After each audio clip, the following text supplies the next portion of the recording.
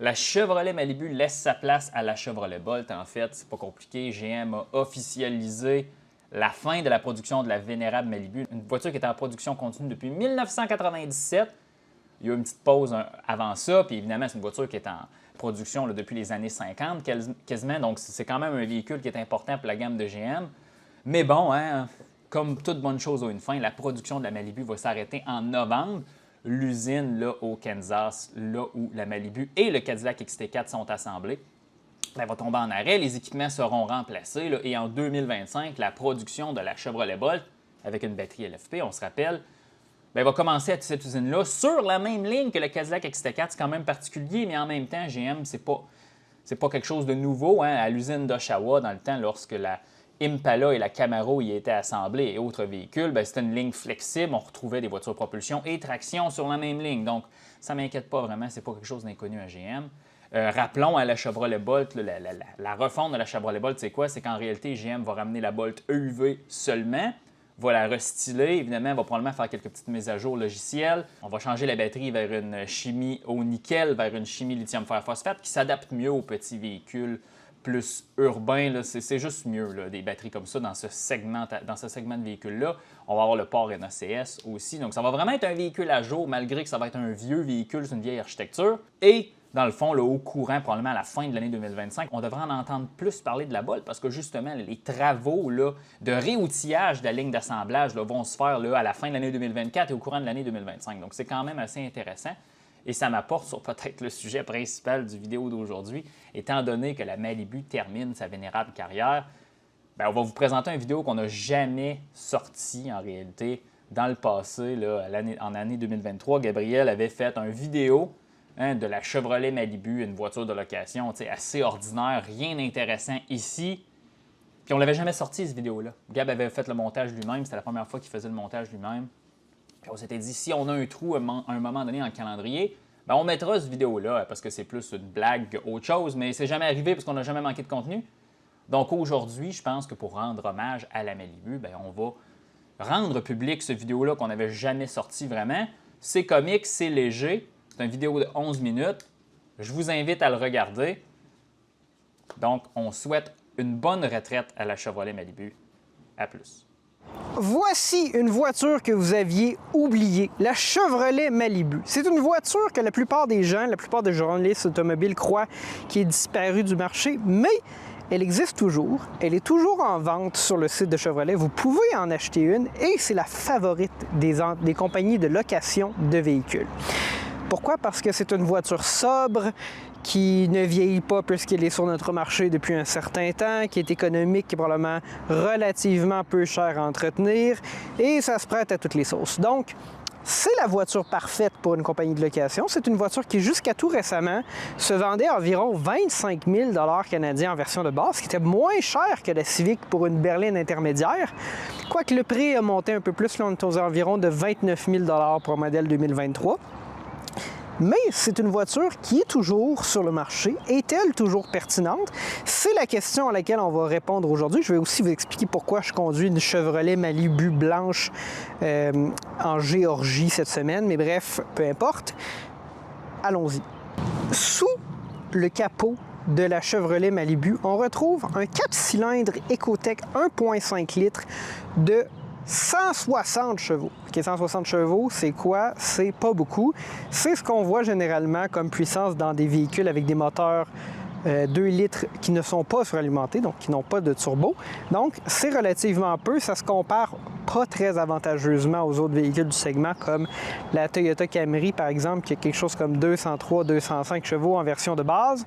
Donc, c'est assez peu et c'est aussi agencé avec une boîte automatique à 6 vitesses. Donc là, au niveau de la motorisation, de la performance, c'est vraiment un véhicule qui commence à montrer son âge. Je crois qu'il y avait une version hybride disponible. C'est possible aussi d'avoir un 2 litres turbo qui est probablement beaucoup plus performant et agréable à conduire.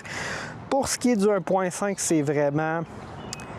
disons que la Malibu, c'est une voiture. Rien de plus.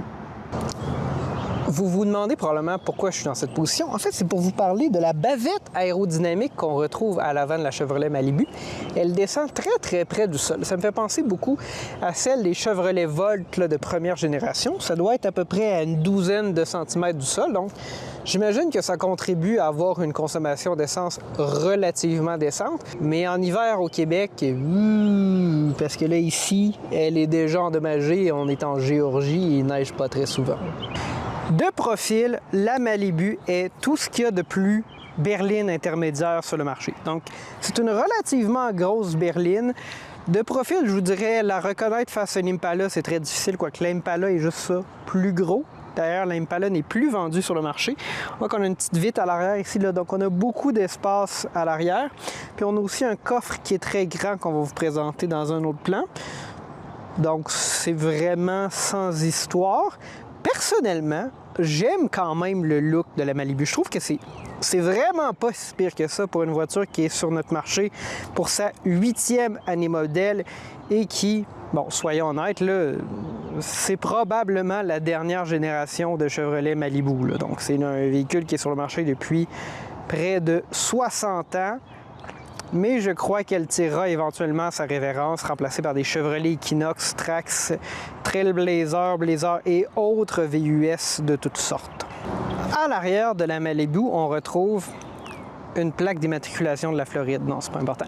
En fait, on retrouve un coffre qui est de relativement bonne dimension. C'est possible de l'ouvrir avec la télécommande, mais il n'y a pas de vérin, donc il est seulement déverrouillé. Puis ensuite, on a un coffre à commande manuelle, comme j'adore. On retrouve beaucoup d'espace. Donc, je vous dirais qu'on a quand même là, un près de probablement quelque chose comme 1,20 m, 4 pieds de profondeur de coffre. Donc, ça nous donne beaucoup d'espace. On a la possibilité de rabattre les sièges par ici. Et sous le sous-plancher, on retrouve un pneu de secours. Donc, c'est quand même une bonne chose, quelque chose qu'on voit beaucoup disparaître dans les berlines aujourd'hui. Donc, c'est sans histoire ce à quoi on peut s'attendre d'une berline intermédiaire bien standard. À l'avant de la Chevrolet Malibu, c'est très standard. Donc, c'est une voiture intermédiaire. On a de l'espace pour les occupants à l'arrière. Bon, la qualité des matériaux est décente. Ici, on a une Chevrolet Malibu LT, donc elle est équipée du régulateur de vitesse, quoiqu'il ne semble pas être adaptatif. On a un écran d'à peu près 8 pouces, là, je n'ai pas vérifié les dimensions, qui incorpore Android Auto sans fil. Donc ça, c'est vraiment un très bon ajout. Ça fonctionne super bien, les systèmes de navigation de GM. Je sais qu'ici, on n'a pas la dernière plateforme. Les nouveaux véhicules, le Cadillac Escalade qu'on essaie, par exemple, avait un écran, c'est absolument incroyable. Ici, on a un combiné d'instruments très standard. C'est très standard, mais la navigation fonctionne bien. Android Auto sans fil, probablement Apple CarPlay aussi. Donc, c'est très, très fonctionnel et c'est ça l'important. Nous voici maintenant au volant de la fameuse Chevrolet Malibu. Donc, je vais essayer de vous donner mes impressions là, un peu rapidement de cette voiture-là. Ça fait environ 70 km que je parcours avec. Donc, je me suis familiarisé avec la voiture. Au niveau du comportement routier, la Chevrolet Malibu est vraiment pas au niveau là, de ses rivales, de ses compétitrices. Je vous dirais, c'est surprenamment pas si très rassurant comme comportement routier provenant d'une berline. La suspension, on a l'impression que c'est un peu sous-amorti. On est comme pas très en contrôle. C'est ni très confortable, ni très sport comme suspension. Donc, je ne sais pas exactement qu'est-ce qu'ils ont essayé de faire avec ça. Mais probablement que ça n'a pas fonctionné. Les freins aussi, c'est un peu clunky, mais là, la voiture que je conduis aujourd'hui, elle a à peu près 13 000 km. Donc, peut-être qu'on peut blâmer ça là, sur un manque d'entretien au courant des premiers mois de sa vie. Je ne sais pas trop honnêtement. Il y a un système d'arrêt là, du moteur quand on tombe à l'arrêt. Donc ça, c'est assez standard, mais on peut le désactiver comme dans la plupart des produits GM. Sinon, au niveau de la puissance, on a 160 chevaux, ce qui est... Je vais vous dire comment je le sens. Ça fait très 2004. Mon CR-V en 2004 avait... j'ai pas eu en 2004, mais c'était un CR-V 2004, parce qu'en 2004, je ne conduisais pas, évidemment. Il y avait 160 chevaux.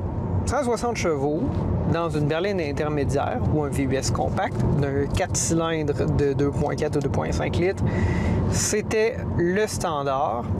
Aujourd'hui, on voit généralement 200 chevaux, quoique parfois on a encore 180 chevaux dans certains modèles. Là, ici, avec 160 chevaux, c'est assez limité. Mais en même temps, si tout ce que vous voulez, c'est une voiture pour vous déplacer du point A au point B, ça va. Mais 160 chevaux, c'est ce qu'on voit généralement dans une voiture de la catégorie inférieure, dans les berlines compactes comme la Honda Civic, par exemple, qui avec son moteur 2 litres aspiration naturelle a 160 chevaux. Sinon, ce que j'aime, par exemple, parce qu'il y a des choses que j'aime de la Chevrolet Malibu, c'est le fait que c'est une voiture très honnête. Donc, Chevrolet ne fait pas de publicité de la Malibu, à ma connaissance, au Québec. Mais pourtant, c'est une voiture qui va répondre aux besoins d'un certain nombre de personnes. C'est tout ce que vous avez besoin, c'est d'une voiture. Puis que vous recherchez pas quelque chose de particulier, bien, ça fait le travail, là, c'est honnête. La navigation fonctionne super bien. J'avais dit parler de la navigation GM, cependant, celle-ci n'en est pas équipée.